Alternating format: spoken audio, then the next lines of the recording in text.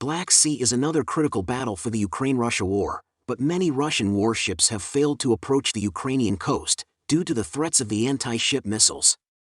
The hazy that started months ago in the Black Sea still continues, but the powerful Western Harpoon anti-ship missiles have pushed this lazy environment far from the Ukrainian. The Russian Navy has blocked the Ukrainian coast from long distances and is still blocking the movement of Ukrainian-American ships in the region.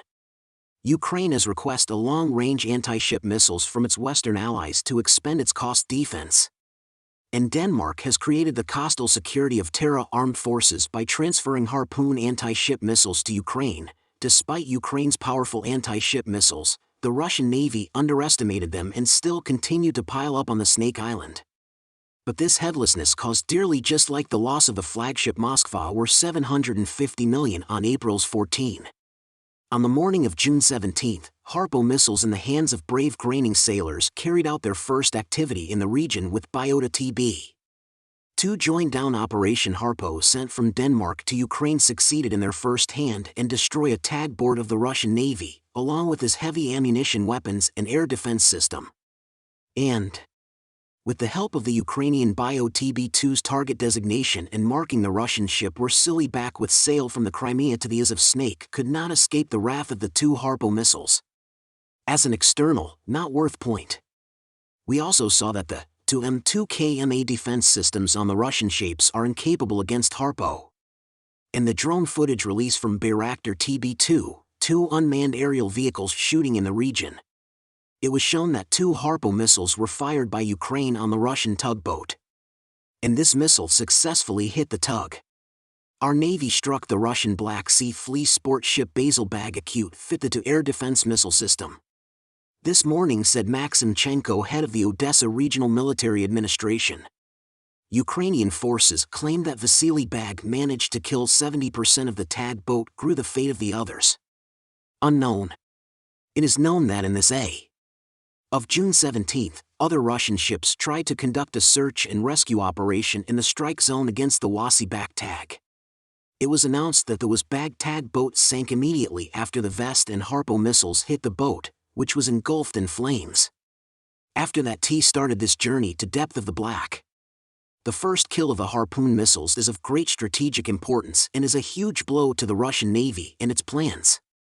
It is stated that the Russian Project 22870 rescue tag Wassilybak was 20 miles east of Snake Island. At the time of the attack, looking closely at the video where the tag was hit, it is unlikely that Bayraktar was the source of the attack, as the misses approach from a completely different vector than the recording. This was not the case in the previous attacks near Snake Island on 4 Raptor-class patrol boats and the Sea-Claws landing craft, which were clearly hit by smaller MAM-L laser-guided anti-tech missiles fired by a Bayraktar TB2.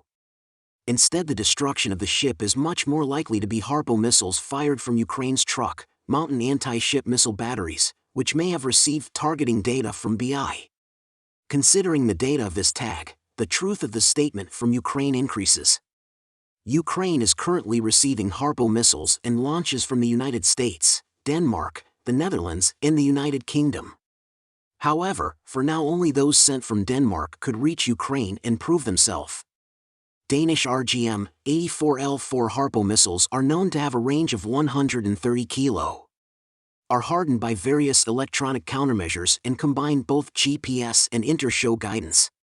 When approaching to the target, Russia had previously underestimated Ukraine to strike missiles and Bayraktar TB2 armed drones, and tried to set up on Snake Island to invade Odessa. As a result, Russia lost 10 warships around the island of Snake, including the flagship Moscow.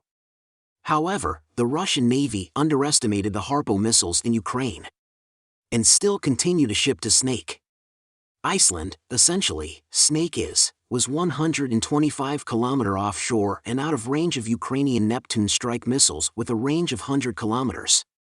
But this was not the case with Harpoon's missiles, because Harpoon can successfully hit between 120 to 150 km. As a result, the Russian Navy's underestimation of Western Harpoon missiles has made Russia pay a heavy.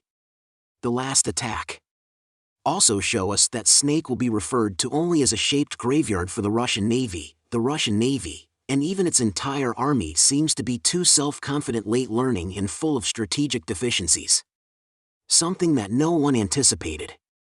However, the successful attacks of the Ukrainian army at the breaking point proved that the Russian army was much simpler than it. The arrival of the Harpoon missiles in the region was seen as a great break moment. The Russia could not see it with this attack by Ukraine. The Russian Navy is now forced to deploy at least 130 kilometers away from the Ukrainian coast. The 1,200-ton Russian rescue tag is significantly larger than the port tag. We see more often in ports. The tugboat was supposed to have salvage damaged at sea, but Ukraine claims that bag is in a delivery full of ammunition, supplies, and missiles for delivery to Russia's Snake, Iceland, garrison. Looking at the images in previously published reports, it is explained that the ship has the 2M2KM short air defense systems. At the turn of the 20th century, wars were actually very powerful weapons for hitting war equipment on the shore. In many wars, both the United States and Russia used such techniques and beat the ground troops with their warships.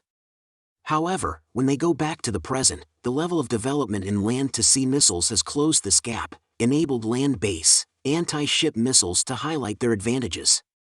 Ship missiles basically have two features that stands out against warships.